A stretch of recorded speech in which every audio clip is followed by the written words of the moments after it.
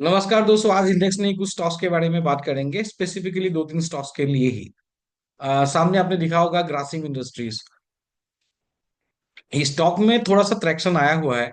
और ये अभी तक 29 नवंबर से अगर हम लोग देखते हैं तो इसमें ऑलमोस्ट 100 पॉइंट का गेन हुआ है। और ये 3.82% इसका एडवांस दिया है। मोस्टली ब्रोकरेज ने अभी तक इसके जो आउटलुक है वो पॉजिटिव बोला है।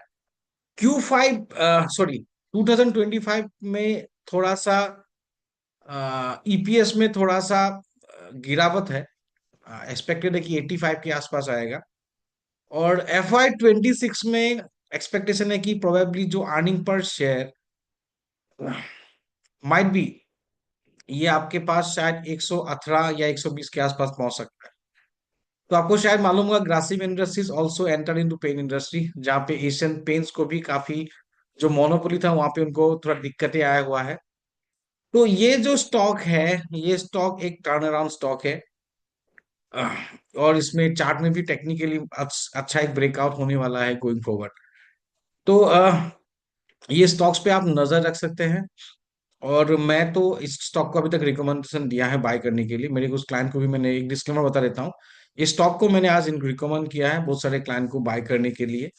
और मुझे लगता है कि ये जो स्टॉक है, ये गोइंग फॉर काफी तेजी होने वाला है। फिलहाल ये स्टॉक चल रहा है 32 मल्टीपल, 32 मल्टीपल में 85 का ईपीएस लेके बनता है 2720 के आसपास, तो 31 32 के आसपास मल्टीपल चलता है। और जब ये पेन इंडस्ट्री में एंट्री कर रहा है, अभी तक उसमें जरा कोई ट्रैक्शन नहीं है। प्रॉब्ली लगता है कि नेक्स्ट ईयर तक शायद कोई ट्रैक्शन हो सकता है। It's more of a diversified business, textile में है। It also into cement business, renewables में भी है। और अभी लेटेस्ट एंट्री हुआ है पेन इंडस्ट्रीज में। तो आदित्य बिरला ग्रुप का ये जो स्टॉक है, ये स्टॉक को मैं रिकमेंड कर रहा हूँ। कहीं भी 2650 2700 कहीं पे भी अगर इन्वेस्टमेंट पर्सपेक्टिव से है तो लेके रखिए।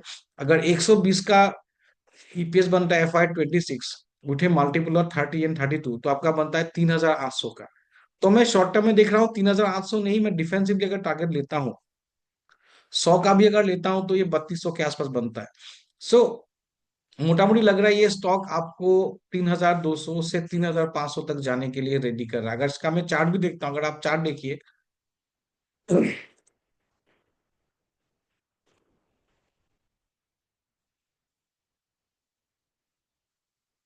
ग्रासिम इंडस्ट्रीज का मैं चार्ट लगाता हूँ ये। अगर आप ये चार्ट को देखते हो क्लोजली, ये जो चार्ट का भी फिलहाल फेज है, ब्रॉडर करेक्टिव फेज से निकलने वाला है गोइंग फॉरवर्ड। यहाँ पे बॉटम बना के ये एक ट्रायंगुलर फेज में बाजार चल रहा है। और ये रैली था कितना स्ट्रॉन्ग रैली, अब ये कंसोलिडेट कर रहा है। तो ये अनदर टेक्निकल में another rally going for possible है। और ये राउंडिंग बॉटम भी बनाया हुआ है।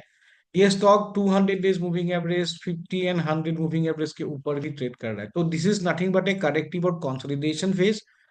ट्रायंगुलर ब्रेकर अगर होता है तो मोटा मोटी इतना भी तो टारगेट बन जाएगा आपका। अगर अगर ये ट्रायंगुलर ब्रेकआउट भी हो जाता है गोइंग फॉरवर्ड, ये आपका टारगेट बन जाएगा 3100 के आसपास। तो ये एक रेजिस्टेंस रहेगा 2800, एक शॉर्ट टर्म रेजिस्टेंस रहेगा 2780 से 2800।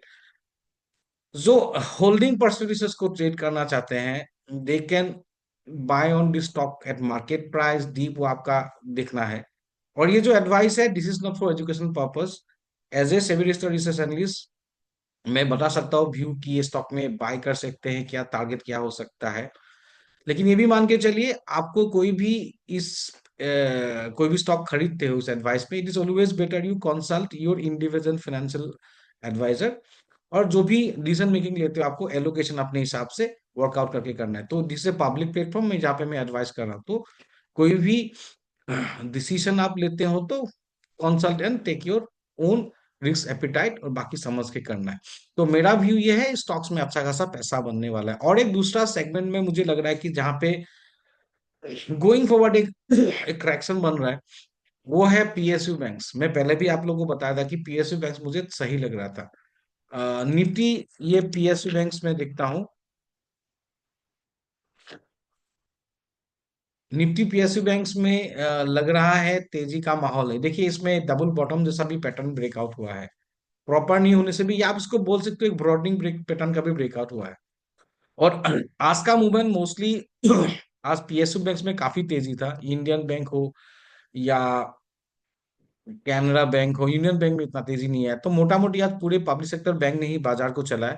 कल बैंकिंग सेक्टर अमेंडमेंट बिल से थोड़ा सा ट्रिगर मिला, और ये गोइंग फॉरवर्ड ये बात है कि वैल्यूएशन वाइज जो भी पीएसयू बैंक्स है अभी उतना एक्सपेंसिव नहीं है। जब हम वैल्यूएशन देखते हैं पीएसयू बैंक्स का, तो मोस्टली हम लोग पीई नहीं पीबी परस्पेक्टिव से देखते हैं, प्राइस टू बुक वैल्यू के परस्पेक्टिव से अगर देखते हैं।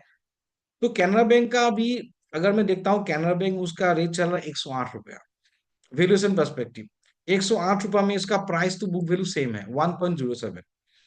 पंजाब नेशनल बैंक में छोड़ दीजिए, थोड़ा सा उसका है 1.24। Bank of Baroda solid stock है, चार्ट भी देख लीजिएगा, आराम से दिखाएंगे। Bank of Baroda 1.13, valuation perspective में सस्ता है। Indian bank 1.50।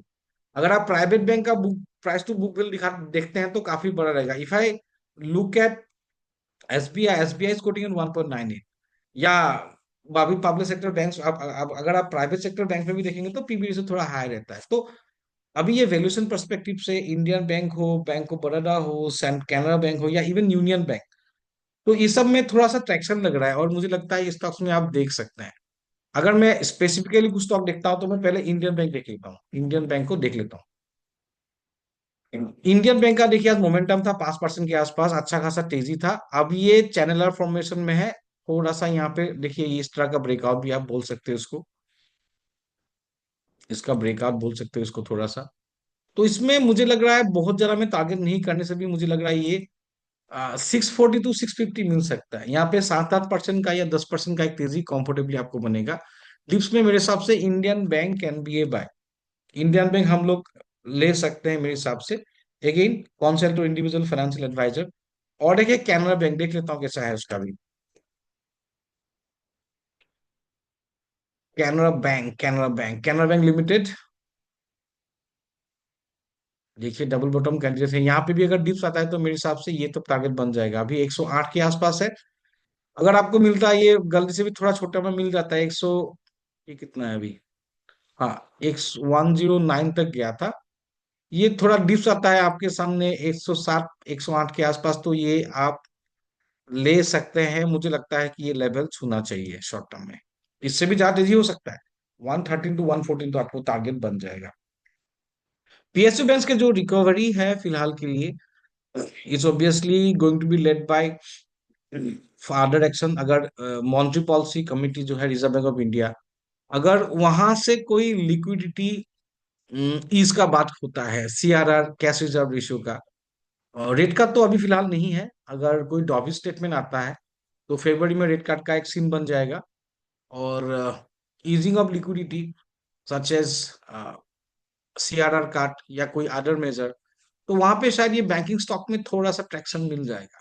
तो मेरे हिसाब से लगता है पीएसयू बैंक्स में I am on a buy. मैंने तो पहले भी बताया था कि आईसीआईसीआई बैंक में, एक्सिस बैंक में बाइंग हूँ, बाइंग में रहना चाहिए। तो ये स्पेसिफिकली मैं कुछ पब्लिक सेक्टर बैंक्स में आप देख सकते हो, आप खुद भी स्टडी कर लो। तो फिलहाल मुझे लगता है ग्रासिम इंडस्ट्रीज, उसमें मैं बाय पे हूँ, रिकमेंड भी किया है। पब्लिक सेक्टर बैंक भी मैंने भी रिकमेंड किया है, ऑब्वियसली कुछ कुछ बैंक्स को मैंने रिकमेंड किया है, तो यहाँ पे आप बाय पे रह सकते हैं। और इंडेक्स के बारे में आज इतना ज्यादा नहीं बताएंगे, थोड़ा भी लेकिन ब्रीफ दे देता हूँ। इंडेक्स के लिए कल थोड़ा निफ्टी का रेंज थोड़ा सा कंसोलिडेट कर सकता है। जो भी गेन था निफ्टी इंडेक्स का mostly led by bank and financials, ऊपर जाके 570 से 350 का सपोर्ट तक आया, फिर रिकवर होके 470 के आसपास चला। तो मोस्टली लगता है कल 500 520 के आसपास रुक के नीचे 360 ये रेंज में बाजार सेटल हो सकता है। तो कल शायद राइटर्स का मार्केट रहेगा फॉर बायर्स।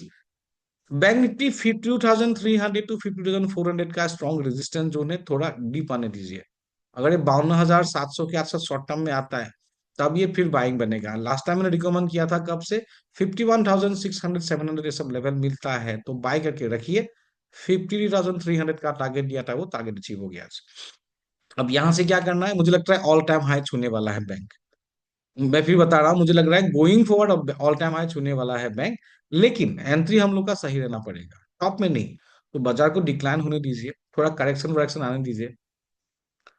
52,200 100 के आसपास शायद बाजार को क्लोज हुआ है, तो 52,300 के आसपास में, सॉरी 700 600 ये सब लेवल अभी चेंज हो गया, तो वहां पे मेरे हिसाब से buy on decline, buy on correction, तो वहां पे आप बैंक निफ्टी में होल्डिंग परस्पेक्टिव से बाय कर सकते हो।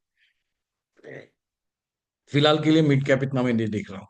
तो कल निफ्टी का जो भी है मेरे हिसाब से बाजार का सुस्त रहेगा, हो सकता है, अच्छा है सुस्त रहना। कंसोलिडेट करे, 3 4 दिन क्लोजिंग किया, आज दोजी भी बना है। सेलिंग पे मैं सडनली नहीं जाऊंगा, बाजार को रुकने दीजिए। बैंक निफ्टी में डिक्लारेशन से मैं बाय करूंगा फिलहाल के लिए। और ये स्टॉक्स है ग्रासिम या कुछ पब्लिक सेक्टर बैंक्स में buy, recommendation from my side as a research research analyst. Thank you for listening, और बाद में फिर बात करेंगे और मार्केट के आउटलुक के बारे में going forward, and wish you happy trading for tomorrow. Thanks a lot and keep tuning to this channel. Bye bye.